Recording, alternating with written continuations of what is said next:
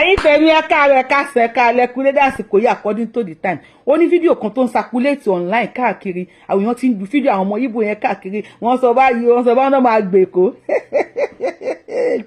wọ́n fẹ́ gba Èkó lọ́wọ́ Yorùbá wọ́n ti ń sọ̀rọ̀ àwọn èèyàn ti ń ju fídíò yẹn sí mi ṣùgbọ́n mi ò ráyè bàbá mi Fatai Ògúnríbidó àwọn náà tún wá jù sí mi wọ́n tún wá fi mẹ́sẹ̀jì tẹ̀lé lẹ́yìn mo ló ti dójú ẹ̀ ń sẹ̀yìn o ó ti dójú ẹ̀ ń sẹ̀yìn o àwọn bàbá àtàwọn ìyá yìí wọ́n ti fẹ́ kí n sọ̀rọ̀ lórí fídíò yìí ẹ lọ fọkàn balẹ̀ kì í ṣerú àwọn eléyìí aláwọn ọmọ Ìgbò tó dáa ṣùgbọ́n àwọn tó ń sọ pé àwọn àgbèkó lọ́wọ́ wa yìí àwọn máa analyse ẹ̀ fún yín ẹni tó bá ń ṣe fàájì ẹ gbé nǹkan fàájì yín sẹ́gbẹ̀ ẹni tó bá dẹ̀ máa ẹgbẹ́ pé omi tútù rẹ̀ dẹ̀ máa mú sẹ́gbẹ̀ ẹ gbé omi tútù sẹ́gbẹ̀ ẹ̀yin náà mọ̀ wípé láti ẹnu Yorùbáwùyí ẹ̀ ń trust àwọn alálẹ̀ láti ẹnu mi pé ọ̀rọ̀ tí mò ń sọ yèmi kọ́ ni mò ń sọ Elédùmarè àtàwọn tó nílẹ̀ Yorùbá ló ń gba ẹnu Yorùbáwùyí sọ̀rọ̀ a máa analyse ẹ̀ èmi máa fi yín lọ́kàn balẹ̀ inú ọmọ ẹ̀ tó ń jẹ́ Yorùbáwùyí ẹ mọ Elédùmarè látara mi àwọn eléyìí wọn làwọn máa gbé Èkó ẹ bá mi rán wọn létí wípé àwọn òyìnbó tó wá ń jọ́ kínní àná ẹ sọ fún wọn pé òyìnbó gbólúwọlé Èkó wí nǹkan wọ́n fẹ́ sọ wọn gba marina wọ́n gbólúwọlé Èkó wí nǹkan wọ́n fẹ́ sọ wọn gba marina wọ́n láwọn máa wo sàlẹ̀ kó wọ́n ṣe bí kùrù mọ́ni wá lẹ́kọ́ wọ́n fẹ́ gbálẹ̀ wọ́n ń tanra wọn lẹ́kọ́ wọ́n fẹ́ gbálẹ̀ wọ́n ń tanra wọn ìlú bí Èkó ṣọ̀wọ́n àbá ilé ọgbọ́n àrómisálẹ̀ gbẹ́lẹ́gbẹ́ àbá ilé ọgbọ́n. ọ̀rọ̀ tí mo fẹ́ sọ ìtẹ́ bá ní tẹ́ fẹ́ fi kún ẹ bá mi kọ sí comment section tẹ́ bá ní tẹ́ fẹ́ yọ kúrò ńbẹ̀ ẹ kọ sí comment section tí ẹ bá wá ní àfikún tàbí àyọkúrò ẹ lù mí lọ́gọ̀ ẹnu ẹni káre ọmọ Yorùbá àtàtà ẹ jẹ́ ká analyse àbẹ́fẹ́ kí n analyse ẹ ni tẹ́ bá fẹ́ kí n analyse ẹ kọ́kọ́ ṣe ẹ ní first comment yín ní comment section. Let's go. We must take Lagos. Must. The people. Why let it sọ̀rọ̀ must? You must take Lagos. Which Lagos? Ó di ẹ̀yìn gbín ká tó fi ìkara hàn àìkòkò. Ẹ tẹ́ bá gbọ́ òyìnbó ẹ bá mi translate ẹ̀ sí English fún pé ó di ẹ̀yìn gbín ni àwọn bàbá wa máa ń sọ kí wọ́n tó fi ìkara hàn àìkòkò. Before you will take Lagos, á jẹ́ wípé kò sí èèyàn kankan mọ́ ní orílẹ̀-èdè ayé lè fi gba Lagos. We must níwájú àwọn tani àwọn èèbó tí wọ́n lágbára jù yín lọ ṣọ́rẹ́ kò gbà they play. To keep it are fighting. We that want to take it must fight harder. Who is fighting who? People that want to keep it are fighting. You that you want to take it must fight harder. Una go fight. Una go tire. No evidence. A kì í bá yímí du mí. Ẹnìkan ò kì í bá ẹsẹ̀ du ọ̀nà. So the people want to keep it are threatening. We that have to take it must prepare for that threat. Who is threatening you? Ẹ pọ̀ sókè kẹ́rajà.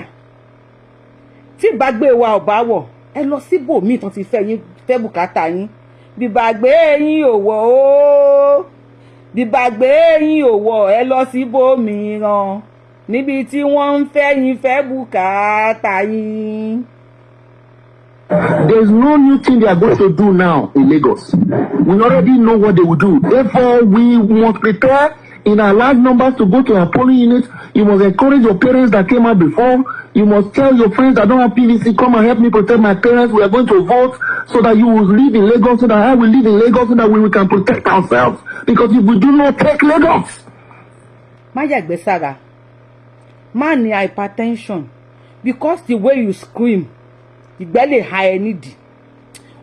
Ẹ̀yin tá bá gbọ́ English, ẹ bá mi translate ẹ̀ fún ní English pé bóyá pariwo yẹn ìgbẹ́ gbóná lè bọ́ ní fù rẹ̀. It shows you guys cannot live without us. Must it be Lagos? Must you live in Lagos? Why not Anambra? Why not Enugu? You know why you must come to Lagos? Because àwọn bàbá àti wa ti ṣiṣẹ́ yẹn kalẹ̀ sínú Èkó.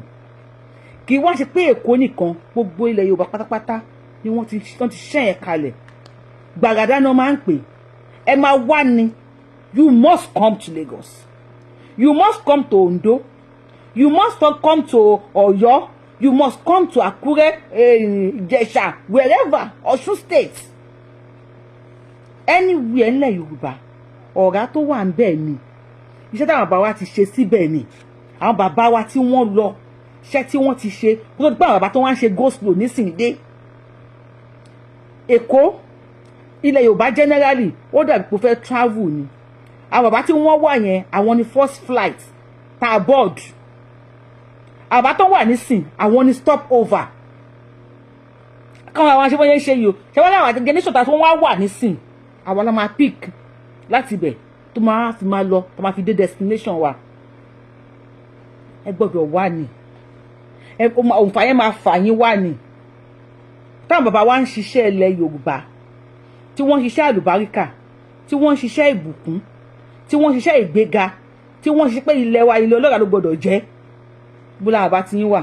Àwọn ń ṣiṣẹ́ owó ni. Wọn ò mọ̀ pé ọ̀tọ̀ lówó, ọ̀tọ̀ ni ìbùkún. Yorùbá ló ní làákàyè jù. Wọ́n tó bá ń ṣiṣẹ́ kó máa ṣiṣẹ́ àlùbáríkà kún. Mi ì fẹ́ lo àlùbáríkà torí àyálò èdè Lárúbáwá ni. Ìbùkún, táwọn bàbá ń ṣiṣẹ́ tí wọ́n ń fi ìbùkún sínú ẹ̀. Ibo lẹ́yìn wà.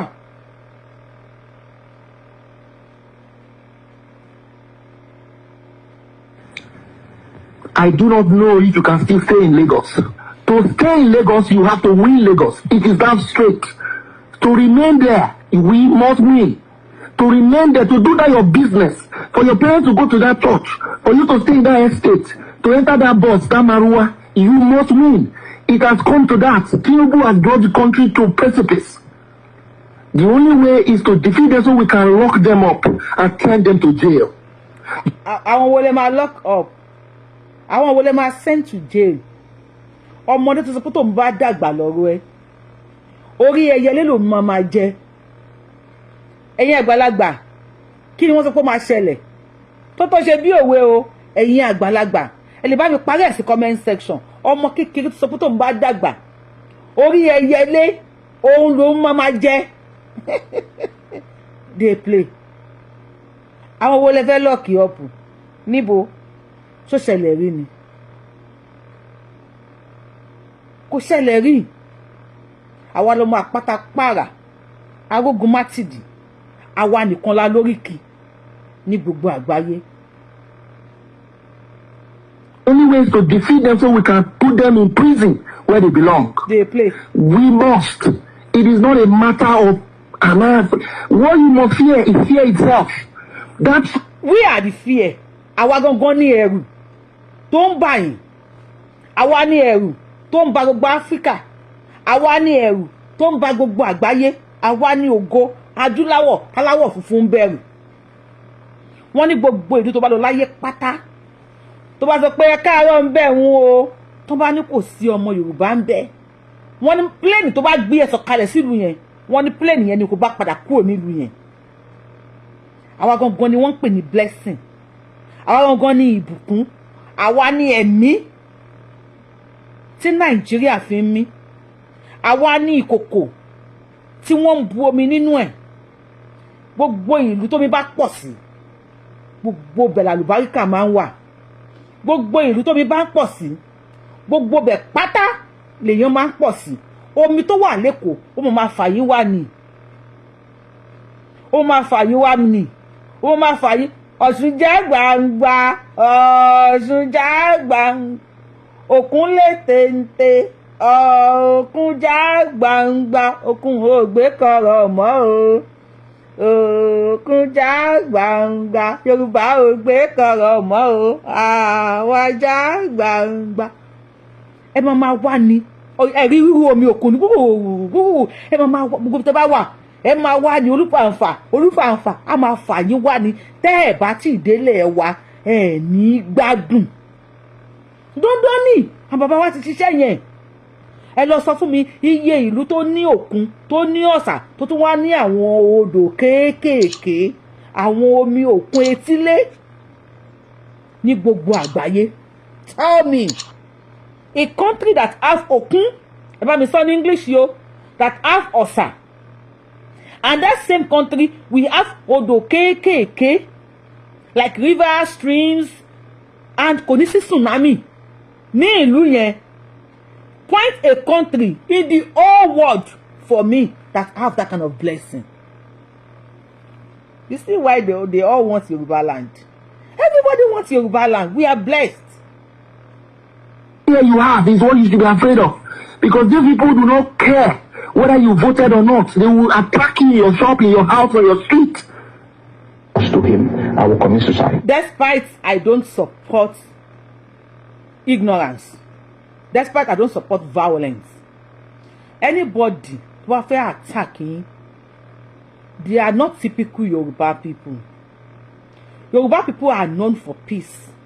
We are tolerant. We are peaceful people.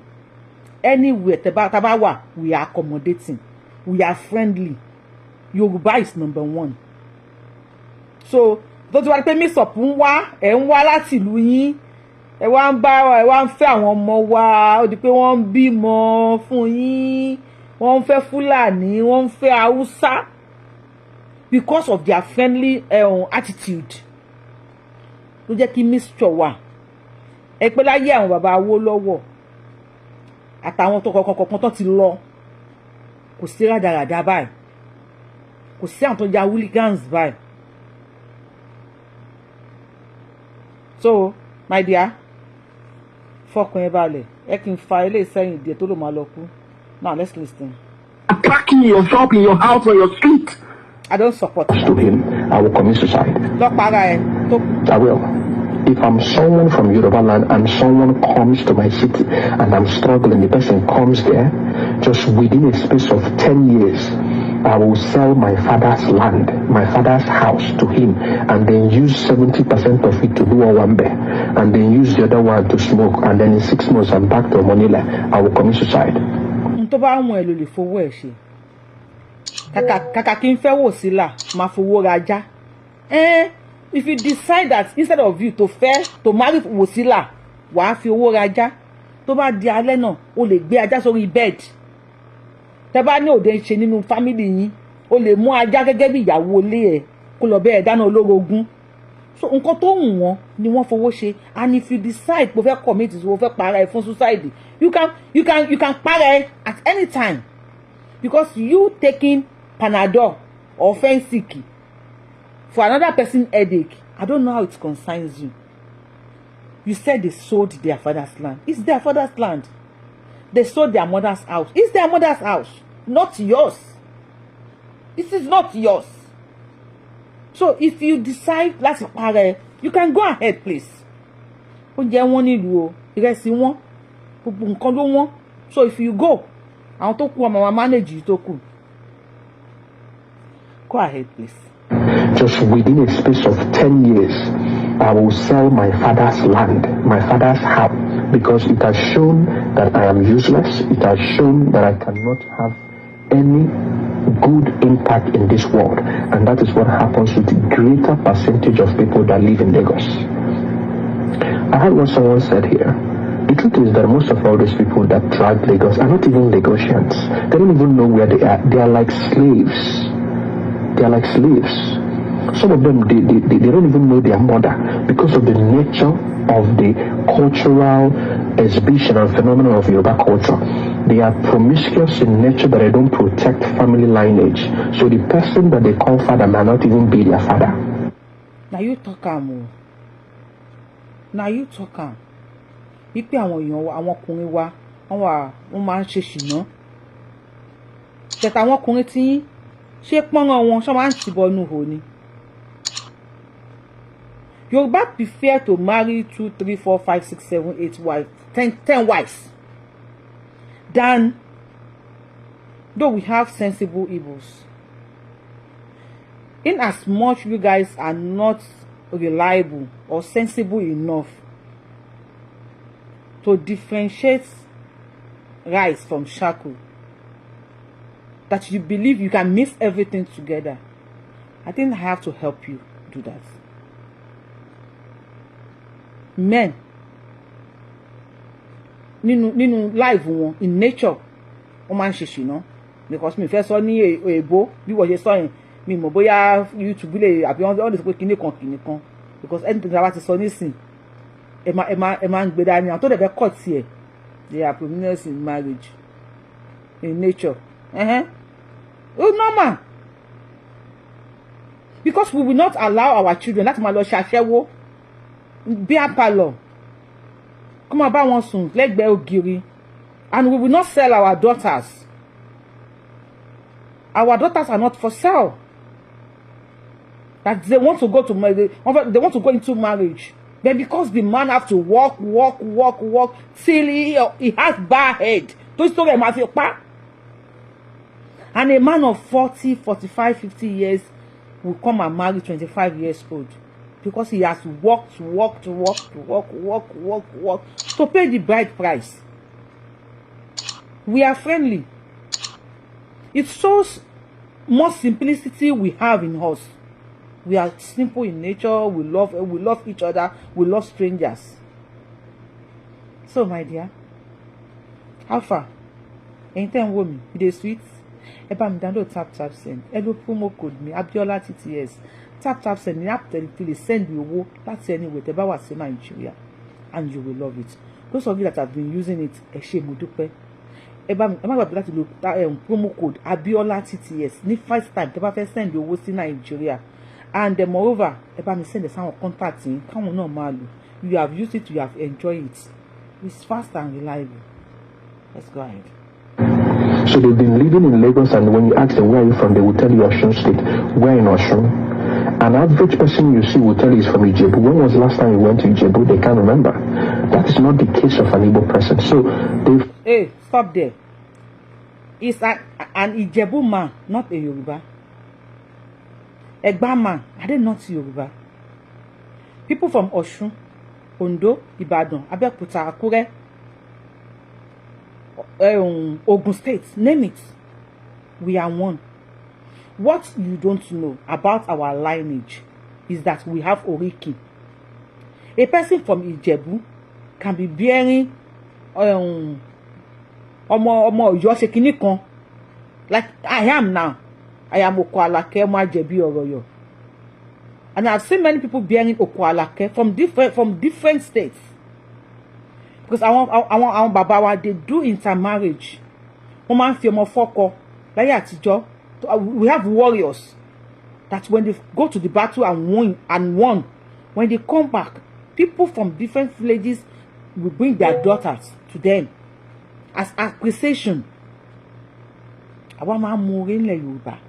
Kábíyèsí o, Olúwa mi o, ọmọ yín ẹ mọ fi ẹ kó máa bomi sí yín lẹ́yìn, kó máa tọ́ mi sí baba lẹ́yìn. And from there, you will see an Egba man bearing Okwalake, while an Osun man will say is Okwalake again. From Lagos State, you will hear Okwalake. Because we are one. Okokon, Obokon Lobiwa, one mother, one father. That is why an Egba man will be able to go and build house in Osun. An Osun man will be able to come to Lagos and build house. And Oyo man will be able to go to Ife and build house. And we will believe pé orílẹ̀ bàbá mi ni mo wà. Unlike you guys, that an Enugu man cannot build house in Anambra.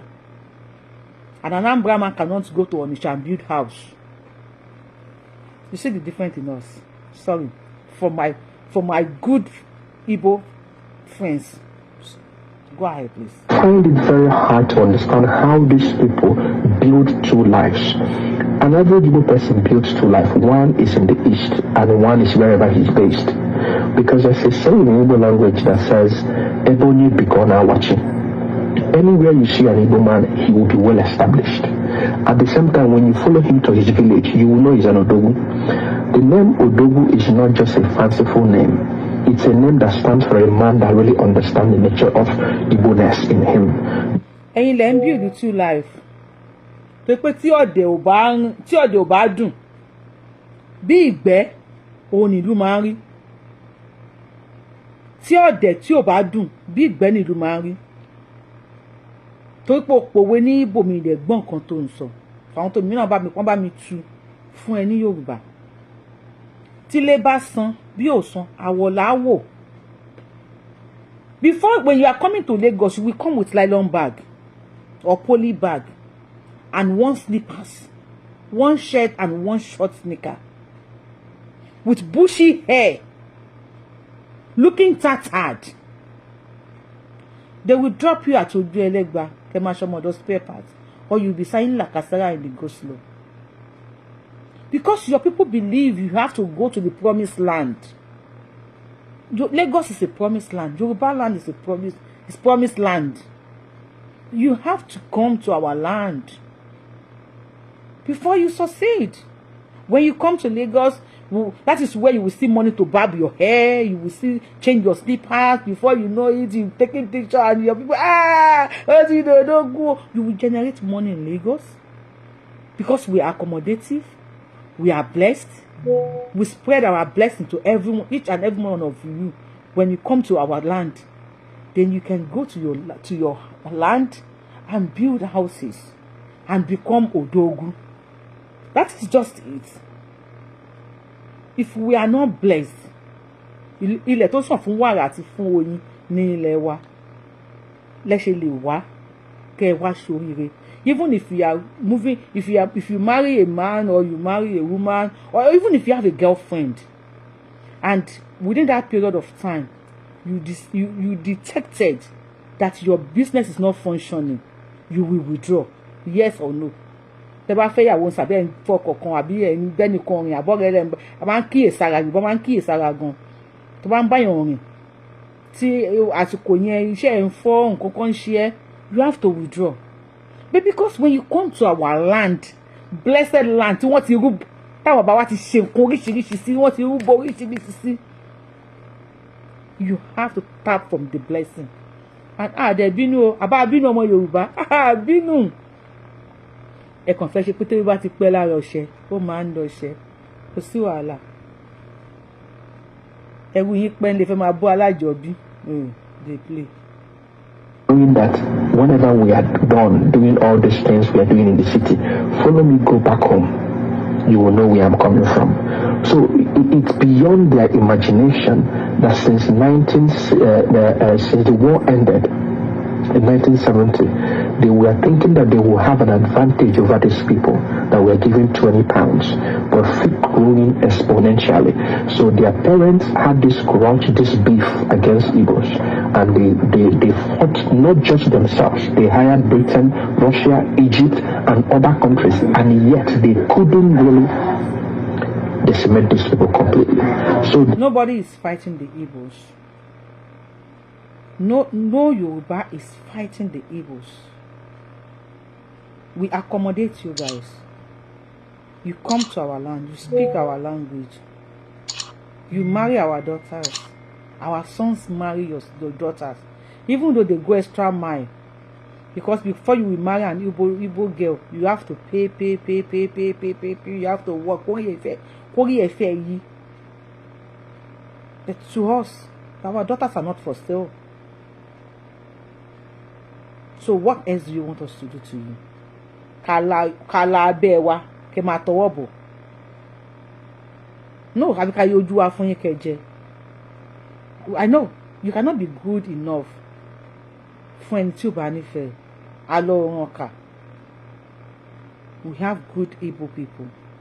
When you are saying this about the Yoruba people, that after Ogun, they are colliding with the Britain to fight the Igbos, then what will you say about the Fulanis that chase you away from your village, that many of you don't even have village anymore?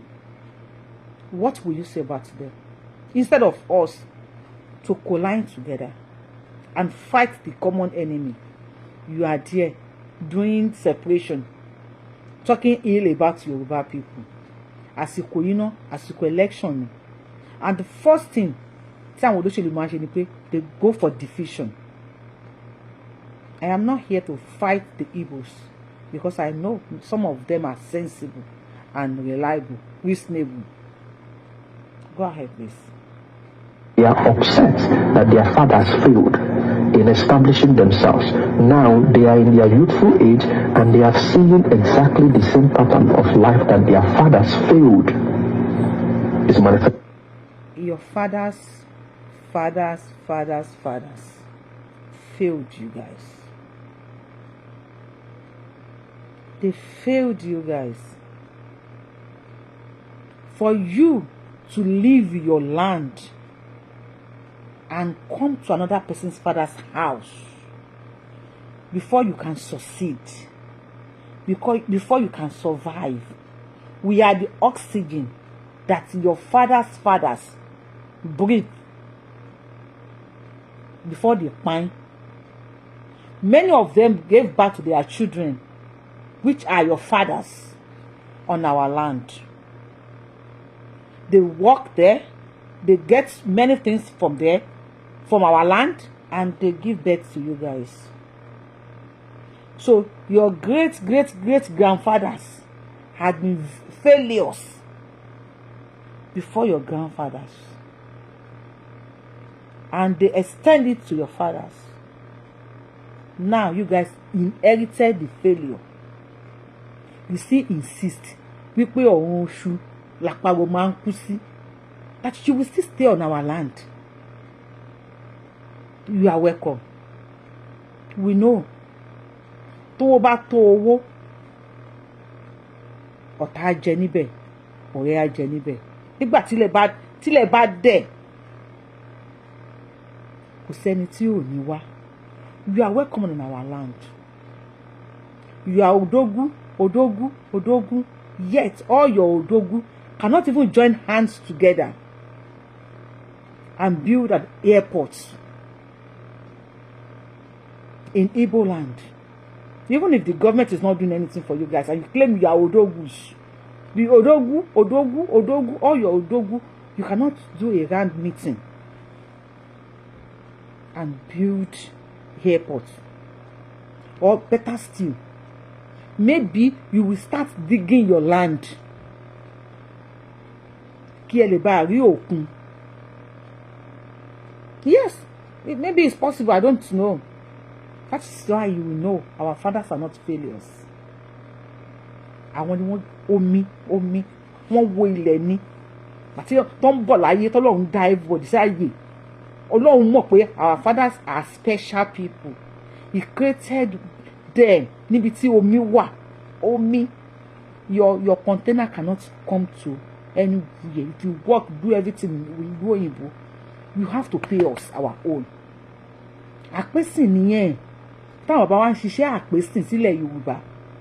Pípẹ́ ẹ máa pèsìn wá ni. Gbogbo bí tẹ́ bá wà tọ̀tún tòsì báyìí.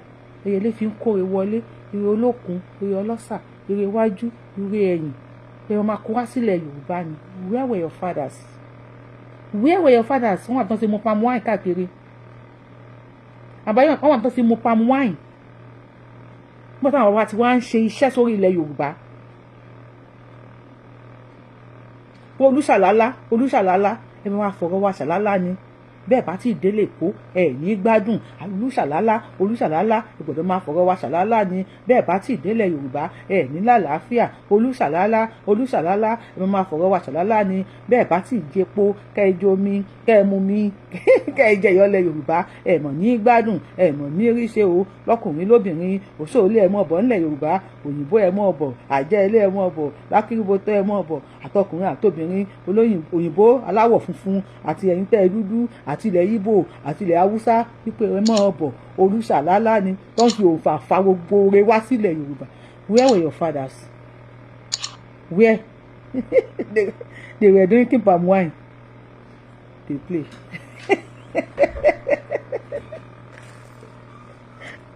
Ẹ̀yin èèyàn mi ṣó mú yes. Tó bá mú yes ẹ máa bá mi kọ yes yẹn sí comment section o, because mo ti ní kẹ́ farabalẹ̀ kẹ́ máa ra popcorn sẹ́gbẹ̀ẹ́ kan kẹ́ máa gbọ́ mi ní show. Ẹ bá mi tẹ thumb up lórí show yìí. Kẹ́ máa bá mi fi comment yìí náà sí comment section. Ẹ bá gbádùn show yìí kẹ́ máa bá mi kọ sí comment section. So sometimes when you look at it, it's not really something I take too personally. I see it as a bunch of failures.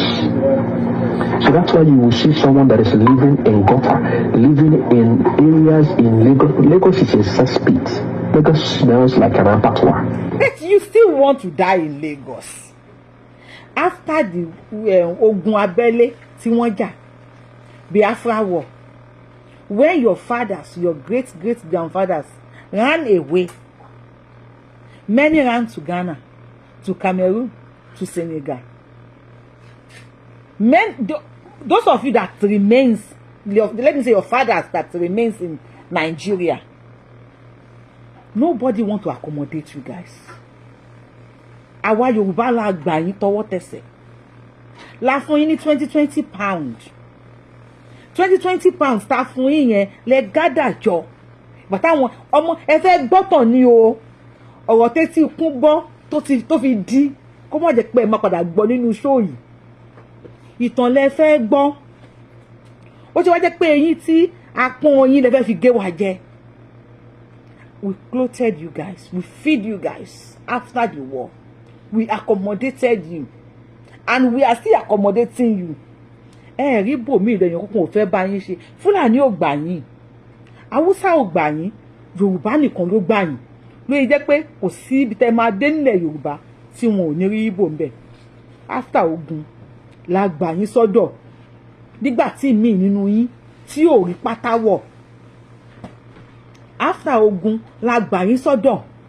Nígbà tí mi nínú yín ìyàwó ẹ̀ wà ń Kútọ̀nù, ọkọ wà ní Gabon, kò ń ṣayé fóònù ẹ̀ ríra yín pè. Àwa la gbà yín sọ́dọ̀. Ẹ rántí pé Awólọ́wọ̀ ló fún yín, ló kọ́ yín bó ṣe máa ń wọ aṣọ o. And Awólọ́wọ̀ is a Yoruba man. Awólọ́wọ̀ ló kọ́ yín bí wọ́n ṣe máa ń wọ aṣọ. Tẹ́ bá bá ìtàn, ó yẹ kẹ́ bá àrọ́bá, ó yẹ kẹ́ lè wú lórí Google bí Awólọ́wọ̀ ti kọ́ yín. Ó ti kó aṣọ wá fún yín tẹ́tí ń wọ aṣọ 20 pounds tán fún yín. Láwọn bàbá yín wọ́n papọ̀ náà fi ń ṣiṣẹ́ lónìí. Tẹ́ bá wá sọ pé ẹ fẹ́ bú wa, ẹ fẹ́ gba Èkó lọ́wọ́ wa. Ọmọdé tó sọ pé tóun bá dàgbà ni orí ẹyẹ lílò mọ́ máa jẹ. Ẹ̀yin èèyàn mi tó ṣe bí òwe yẹn àgbàlagbà bá mi parí ẹ̀ sí comment section. Anybody that's worked in Lagos and have lived in Lagos will tell you the reason why people come there is because of opportunities. So do not even see it as people really like coming to a place where they wake up 4 o'clock in the morning to get to work before 8 and then leave their workplace at 8 to get to work to get home before midnight. That is not life. Can you hear that? People don't want to come to Lagos. You guys don't want to come to Lagos, but you come because of the opportunity.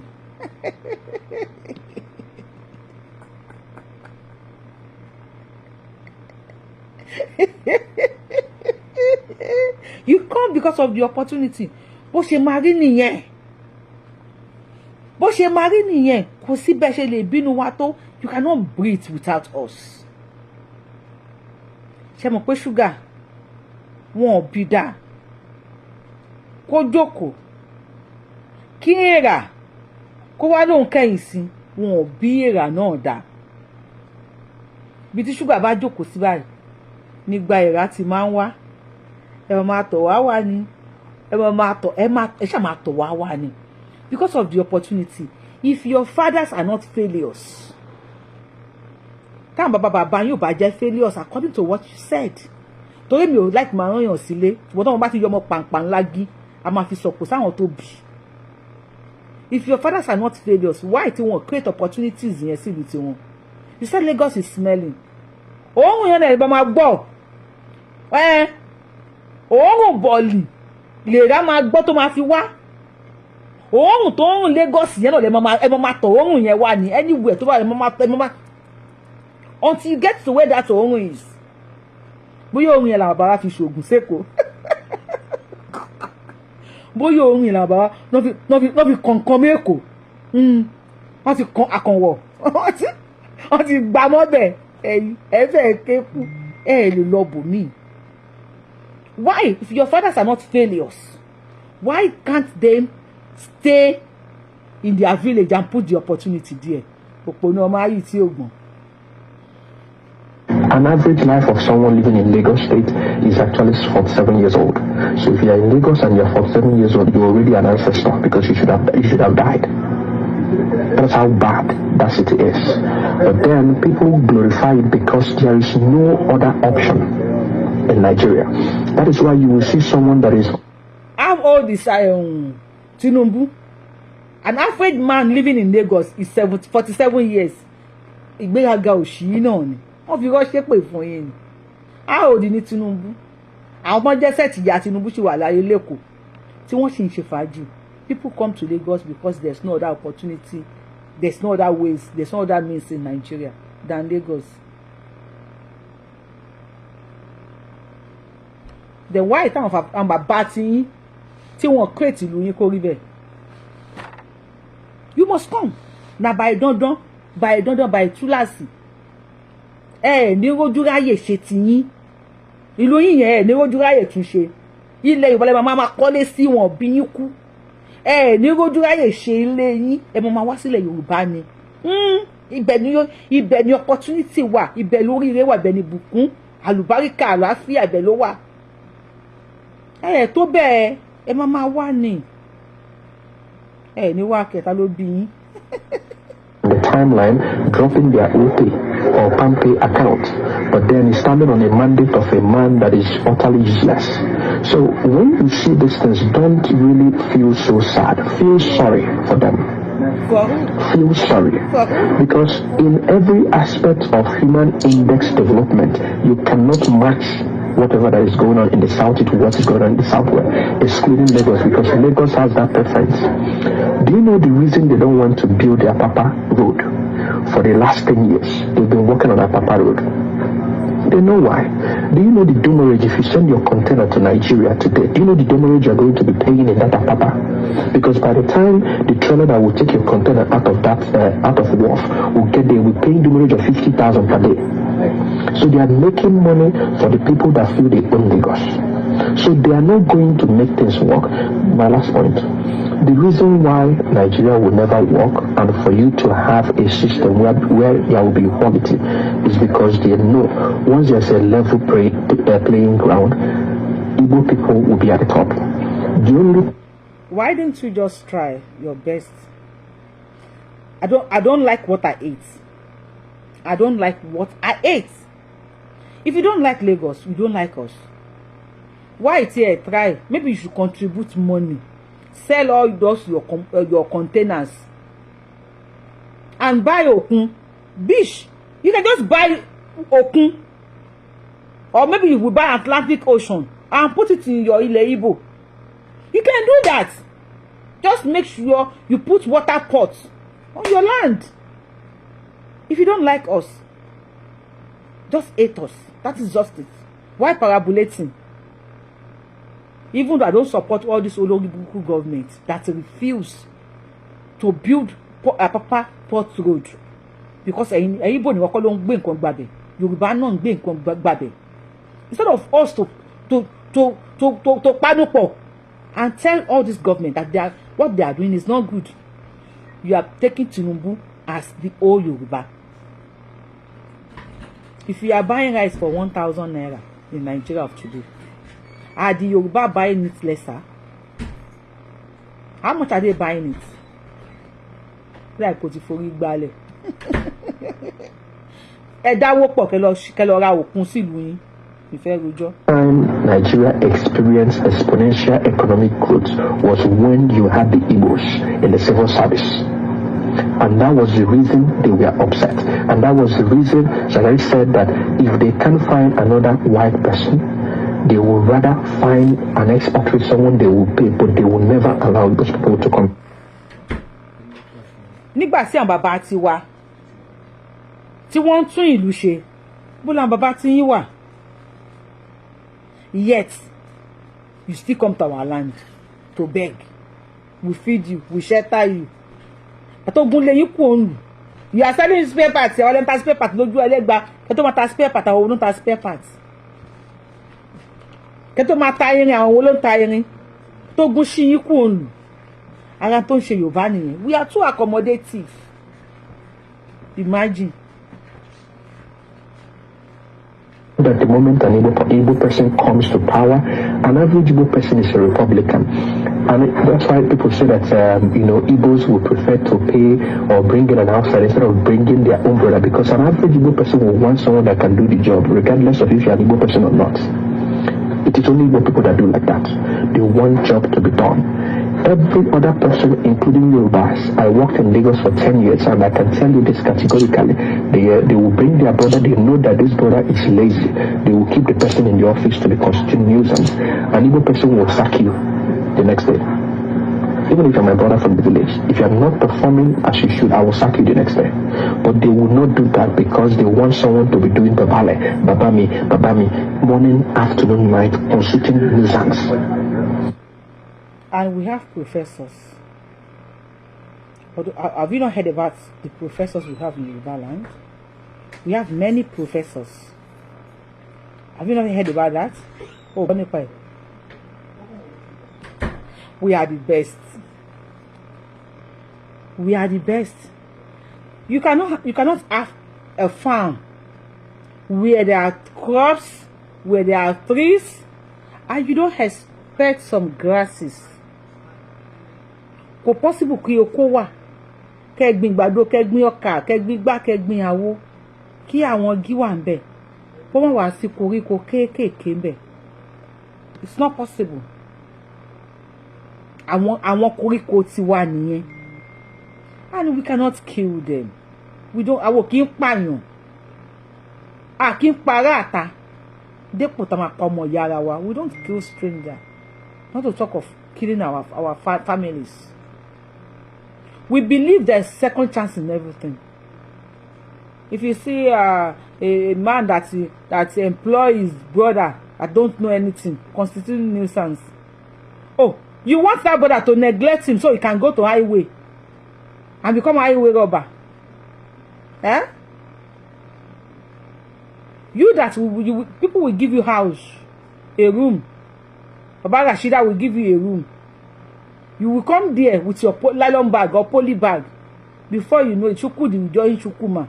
Chukwuma will join Chukwuebuka. Ebuka will join Emeka. Emeka will bring Genikon. From there, four of you can marry inside that one shop. That you turn to a room. From there, you will do one corner, then you'll be doing chemist.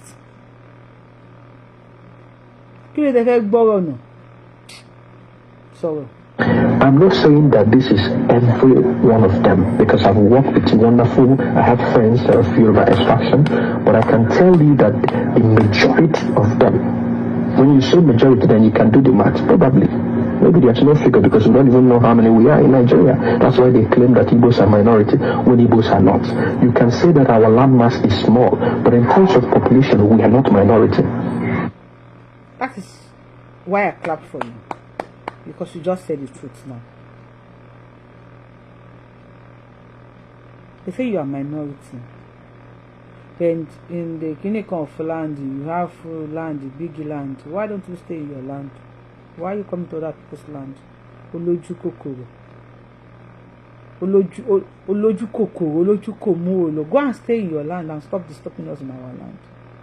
Oko shidan. Why don't you stay in your land? Thank you that you said we have moved with Yoruba people. If we are not blessed, how do you tap from our blessing? If we are not blessed, if Yoruba people are not blessed, how did you get opportunity from us? We are the sweet, awesome. That each and every one of you, we are the sweet orange. That Nigeria is sucking for their thirsty. When they are thirsty, they suck.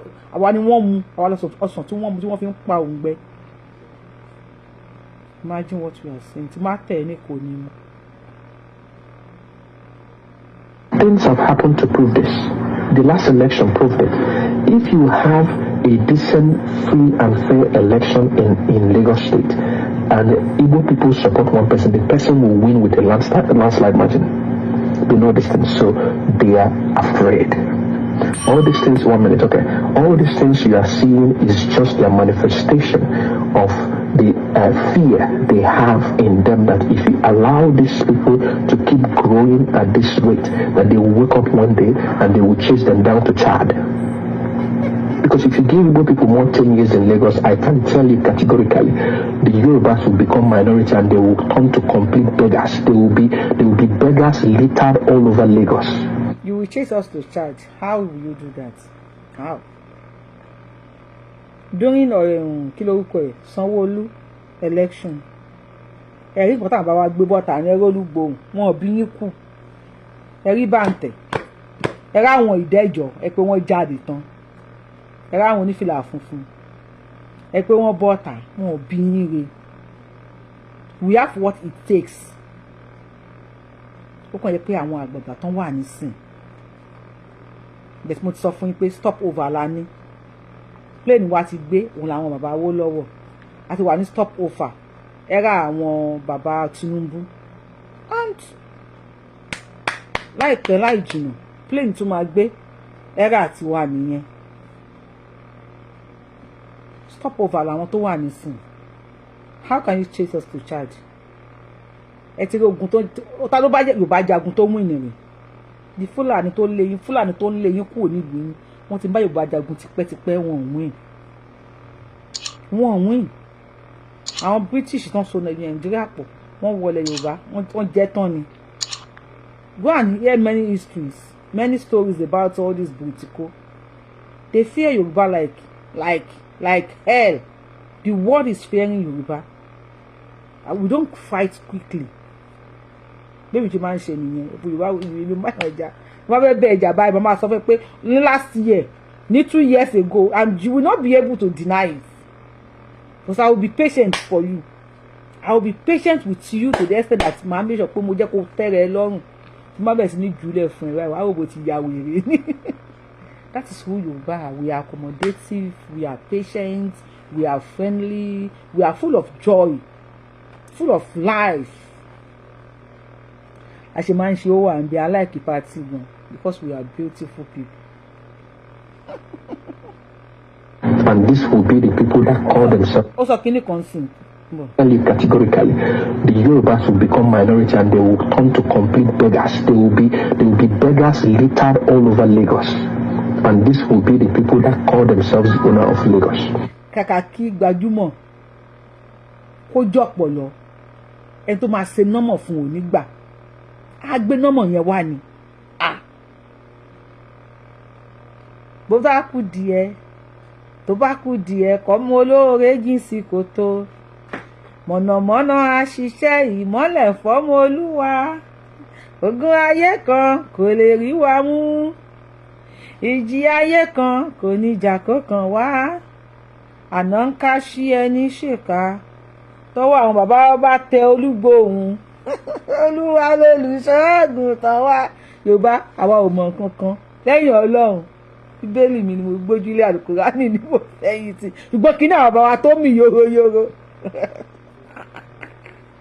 ọ̀gá we no dey go anywhere for now lórí ilẹ̀ wa we no dey go anywhere tó bá kọ̀ lógì a máa yí lẹ́kọ̀ọ́ go and ask for the English of tó bá kọ̀ lógì a máa yí lẹ́kọ̀ọ́ tó bá kù kẹgbà ilẹ̀ Yorùbá lọ́wọ́ wa kẹgbà Lagos lọ́wọ́ wa olùpàyídà wọ́n á padà sódì fún yín àwọn ìyá wa máa múrò wọ́n á padà àgọ́ lódì fún yín wọ́n á ro sí òdì fún yín ọ̀gá má tọrọ sí wa lẹ́nu o.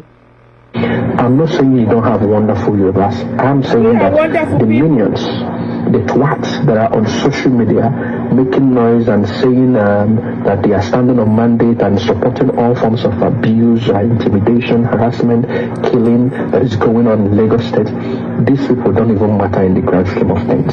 Let me yield here. Thank you for the opportunity. Perfect. Now you just use your senses. You are talking about the twats, which I, as a Yoruba woman, I don't support them. You are talking about killings going on in Lagos. By who? To who? Who is killing? Who is killing who? Who is killing who? I don't support violence. But instead of you to go straight to the point, we have educated Yoruba people. We have many people in Yoruba land that are well educated. We have many wealthy men in Yoruba land. You might be calling your people Odogu, Odogu, Odogu, Odogu, because you guys flaunt. We have silent billionaires, even not trillionaires. We have Mr. Ogunlesi, the man who bought Gatwick Airport. Mr. Ogunlesi is a Yoruba man that bought the 3 popular airports in UK. Ogunlesi is his name. You can go and Google search it. We have Eniola, a 12-year-old girl that detected filter that can protect the whole world. She's here in America. Name it. We have Anthony Joshua, the boxer. Falila to Ogunkoya during their time. I want them in one with one sáré. So feed the kan fún mi. The doctors, many doctors we have abroad today are Yoruba people. Alakija is there. We have many prominent Yoruba men and women, sons and daughters, doing very fine, doing well, doing good in Nigeria and abroad. How dare you come for all Yoruba people? If there's any way Tinubu has hurt you, if there's any way Tinubu has hurt your people, why don't you go for Tinubu? If people are singing on his mandate, he shall stand. Are we not suffering what you are suffering? Can't you just use your platform to talk about the insecurity that is killing your people, killing our people? Can't you use your platform to speak up about the injustice in Nigeria? Where Fulani S-men will come to a village, ransack everywhere, start shooting sporadically, killing people, raping women, raping children in front of their parents, in their parents' presence, raping wives in front of their husbands. Sometimes they even go to the men. Why don't you use a platform to speak against injustice? Why don't you use your platform to speak against that Nigeria that you are calling, you want to be Nigeria, to speak against them, or against Nigeria being against your people? That they say Igbo cannot become Nigeria president. Why don't you use a platform to tell people that you want to go to a land where you can be independent, where the Igbos can rule the Igbos, where you can go to a nation where you will be able to speak your language and your neighbor will not ask you, kí ló ń sọ? Kí ló wí? Ọmọ Yorùbá mọ́ mú mi. Kí ló sọ? Why don't you fight for your nation, your tradition and your culture? Why don't you speak up against those people that makes your people going hungry every time?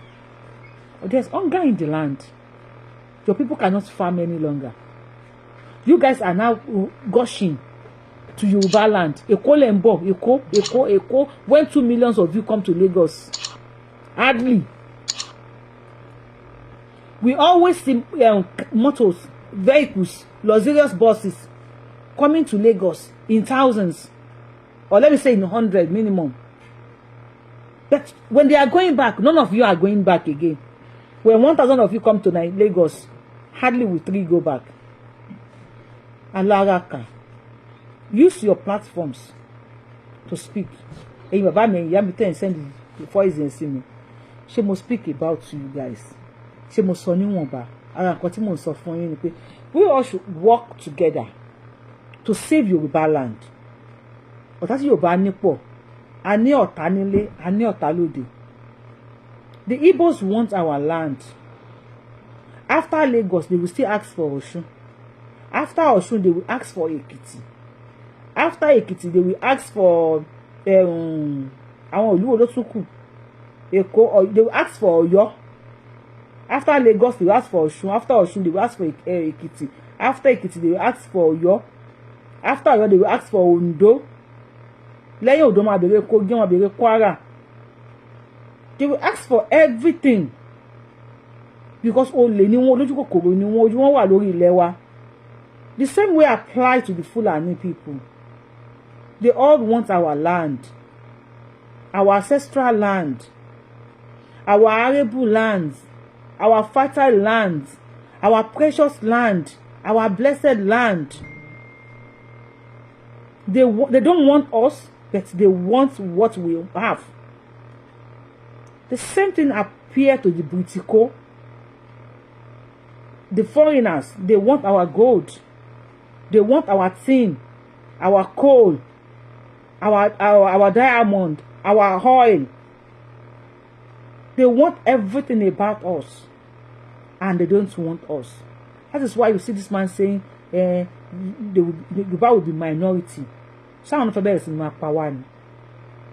This is why we all have to stand up, work as a team to get our land. If not, omi ò ní tó ẹ̀yìn wọ̀gbìn lẹ́nu fún wa o.